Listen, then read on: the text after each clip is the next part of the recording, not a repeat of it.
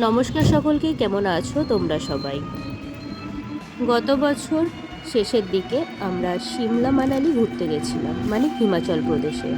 তো এটি হলো সেই ট্যুরেরই প্রথম ভিডিওটি।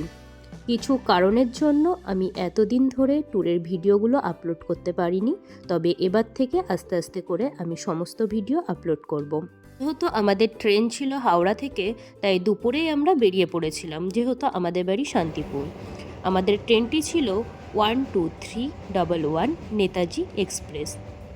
এটি হাওড়া থেকে রাত 9:55 ছাড়ে।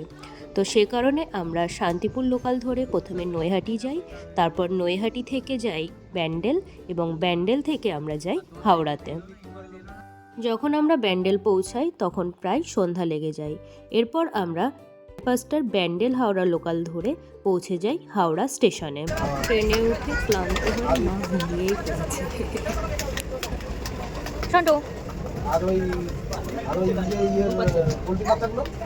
ট্রেন ঢুকছে এখন হাওড়া স্টেশনে, আমরাও গেটের কাছে চলে এসেছি।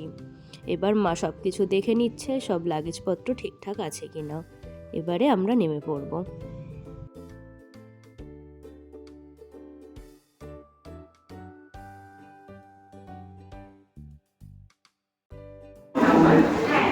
পৌঁছে গেছি হাওড়া স্টেশন, এখন বাজে 6:08।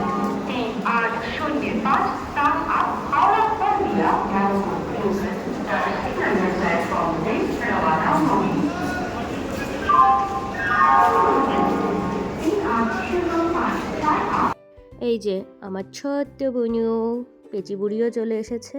তো চলো, সবাই আমরা 4জন মিলে একসাথে হয়ে গেছি। এবার থেকে শুধু মজাই মজা।